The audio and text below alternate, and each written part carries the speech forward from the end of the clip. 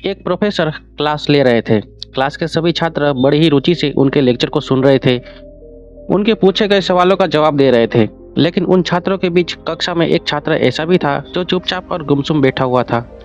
Professor ने पहले ही दिन उस छात्र को नोटिस कर लिया, लेकिन कुछ नहीं बोले। लेकिन जब 4-5 दिन तक ऐसा ही चलता रहा तो उन्होंने उस छात्र को क्लास के बाद अपने केबिन में बुलवाया और पूछा, तुम हर समय उदास क्यों रहते हो? क्लास में अकेले और चुपचाप बैठे रहते हो, लेक्चर पर भी ध्यान नहीं देते, क्या बात है? कुछ परेशानी है क्या? सर, वो छात्र कुछ हिचकिचाते हुए बोला, मेरे अतीत में कुछ ऐसा हुआ है जिसकी वजह से मैं परेशान रहता हूँ। समझ नहीं आता क्या करूँ। प्रोफेसर भले व्यक्ति थे। उन्होंने उस छात्र को शाम को अपने घर बुलवाया। शाम को जब छात्र प्रोफेसर के घर पहुंचा तो प्रोफेसर ने उसे अंदर बुलाकर बैठाया। फिर स्वयं किचन में चले गए और शिकंजी बनाने लगे। उन्होंने जानबूझकर शिकंजी में ज़्यादा नमक डाल दिया।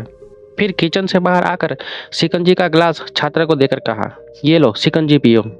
छात्र ने गिलास हाथ में लेकर जैसे ही एक घूंट लिया, अधिक नमक के स्वाद के कारण उसका मुंह अजीब सा बन गया। ये देख प्रोफेसर ने पूछा, क्या हुआ? शिकंजी पसंद नहीं आई? नहीं सर, ऐसी बात नहीं है, पर बस शिकंजी में नमक थोड़ा ज़्यादा है। छात्र बोला, अरे अब तो ये बेकार हो गया, लाओ गिलास मुझे दो, मैं इसे फेंक देता हूँ। प्रोफेसर ने छात्र के गिलास लेने के लिए अपना हाथ बढ़ाया, लेकिन छात्र ने मना करते हुए कहा, नहीं सर, बस नमक ही तो ज़्यादा है, थोड़ा चीनी और मिलाएंगे तो स्वाद ठीक हो जाएगा। यह बात सुनकर प्रोफेसर गंभीर हो गए और बोले, सही कहा तुमने, अब इसे समझ भी जाओ। यह शिकंजी तुम्हारी जिंदगी है, इसमें घुला अधिक नमक तुम्हारे अतीत के बुरे अनुभव हैं। जैसे नमक को शिकंजी से बाहर नहीं निकाल सकते, वैसे ही उन बुरे अनुभवों को भी जीवन से अलग नहीं कर सकते। ये बुरे अनुभव भी जीवन का हिस्सा ही है, लेकिन जिस तरह हम चीनी घोलकर शिकंजी का स्वाद बदल सकते हैं, वैसे ही बुरे अनुभवों को भूलने के लिए जीवन में मिठास को घोलना ही पड़ेगा। इसीलिए मैं चाहता हूँ कि तुम अब अपने जीवन में मिठास घोलो। प्रोफेसर की बात छात्र को समझ में आ गई और निश्चय किया कि अब वह बीती बातों से परेशान नहीं होगा। तो दोस्तों, जीवन में अक्सर हम अतीत की बुरी यादों और अनुभवों को याद कर दुखी रहते हैं। इस तरह हम अपने वर्तमान पर ध्यान नहीं दे पाते और कहीं ना कहीं अपना भविष्य बिगाड़ लेते हैं। जो हो चुका उसे सुधारा नहीं जा सकता, लेकिन कम से कम उसे भुलाया तो जा सकता है। और उन्हें भुलाने के लिए हमें मीठी यादें आज हमें बनानी होगी। जीवन में मीठे और खुशनुमा लम्हों को लाइए, तभी तो जीवन में मिठास आएगी। तो चलिए दोस्तों, बात करते हैं हम अगली कहानी के बारे में। एक गांव में एक धोबी रहता था। उसके पास एक गधा और घोड़ा था। धोबी जब भी नदी पर कपड़े धोने जाता तो गठरी में कपड़े बांधकर गधे की पीठ पर लाद देता। घोड़े का इस्तेमाल वह सवारी करने के लिए किया करता था। रोज की तरह एक दिन धोबी कपड़े धोने नदी की ओर जा रहा था। कपड़े की गठरी गधे के पीठ पर लदी हुई थी। उस दिन कपड़े अधिक होने के कारण गठरी बहुत भारी थी, जिसके बोझ से कुछ ही दूर चलकर गधा थक गया। उस दिन साथ में घोड़ा भी था।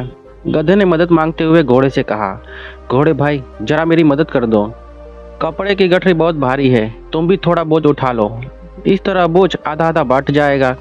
घोड़ा घमंडी था। वो बोला, यह क्या कह रहे हो तुम? मैं घोड़ा हूँ और तुम गधे हो। मेरा काम सवारी ले जाना है और तुम्हारा काम बोझ ढोना, इसीलिए तुम अपना काम खुद करो, उसे मेरे सिर पर मत डालो। घोड़े के दो टूक जवाब से गधा उदास हो गया, पर क्या करता, बोझ उठाए चलता रहा। लेकिन कुछ दूर और चलने के बाद उससे आगे चला न गया। वो निडाल होकर गिर पड़ा। धोबी ने जब गधे की हालत देखी तो उस पर दया आ गई। उसे लगा कि इतना सारा बोझ उस गधे पर नहीं लादना चाहिए था। उसने गधे को उठाकर खड़ा किया और कपड़ों की गठरी घोड़े के पीठ पर रख दी। अब गधा बिना किसी बोझ के चल रहा था और घोड़ा पूरा बोझ उठाए चल रहा था। पूरे रास्ते घोड़ा सोचता रहा, काश मैंने गधे की बात मान ली होती और आधा बोझ बांट लिया होता, तो अभी मैं पूरा बोझ उठाए अकेला नहीं चल रहा होता। उस दिन घोड़े ने तय किया कि हमेशा अपने साथियों की और ज़रूरतमंदों की मदद करेगा। तो दोस्तों, हमेशा दूसरों की ज़रूरत के समय उनकी मदद करनी चाहिए। तो चलिए दोस्तों, बात करते हैं हम अगली कहानी के बारे में। एक समय की बात है, एक राज्य में एक प्रतापी राजा राज करता था। एक दिन उसके दरबार में एक विदेशी आगंतुक आया। उसने राजा को एक सुंदर पत्थर उपहार स्वरूप प्रदान किया। राजा वो पत्थर देखकर बहुत प्रसन्न हुआ। उसने उस पत्थर से भगवान विष्णु की प्रतिमा का निर्माण करके उसे राज्य के मंदिर में स्थापित करने का निर्णय लिया और प्रतिमा निर्माण का कार्य राज्य के महामंत्री को सौंप दिया। महामंत्री गांव के सर्वश्रेष्ठ मूर्तिकार के पास गया और उसे वह पत्थर देते हुए बोला, महाराज मंदिर में भगवान विष्णु की प्रतिमा स्थापित करना चाहते हैं। 7 दिवस के भीतर इस पत्थर से भगवान विष्णु की प्रतिमा तैयार कर राजमहल पहुंचा देना। इसके लिए तुम्हें 50 स्वर्ण मुद्राएं दी जाएगी। 50 स्वर्ण मुद्रा की बात सुनकर मूर्तिकार खुश हो गया और महामंत्री के जाने के उपरांत प्रतिमा का निर्माण कार्य प्रारंभ करने के उद्देश्य से अपने औजार निकाल लिए और अपने औजारों में से उसने एक हथौड़ा लिया और पत्थर तोड़ने के लिए उस पर हथौड़े से वार करने लगा, किंतु पत्थर जस का तस रहा। मूर्तिकार ने हथौड़े के कई वार पत्थर पर किए, किंतु पत्थर नहीं टूटा। 50 बार प्रयास करने के उपरांत मूर्तिकार ने अंतिम प्रयास करने के उद्देश्य से हथौड़ा उठाया, किंतु ये सोचकर हथौड़े पर प्रहार करने के पूर्व ही उसने हाथ खींच लिया कि जब 50 बार वार करने पर पत्थर नहीं टूटा तो अब क्या टूटेगा।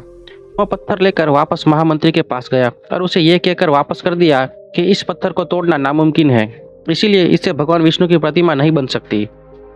महामंत्री को राजा का आदेश हर स्थिति में पूर्ण करना था, इसीलिए उसने भगवान विष्णु की प्रतिमा निर्मित करने का कार्य गांव के एक साधारण से मूर्तिकार को सौंप दिया।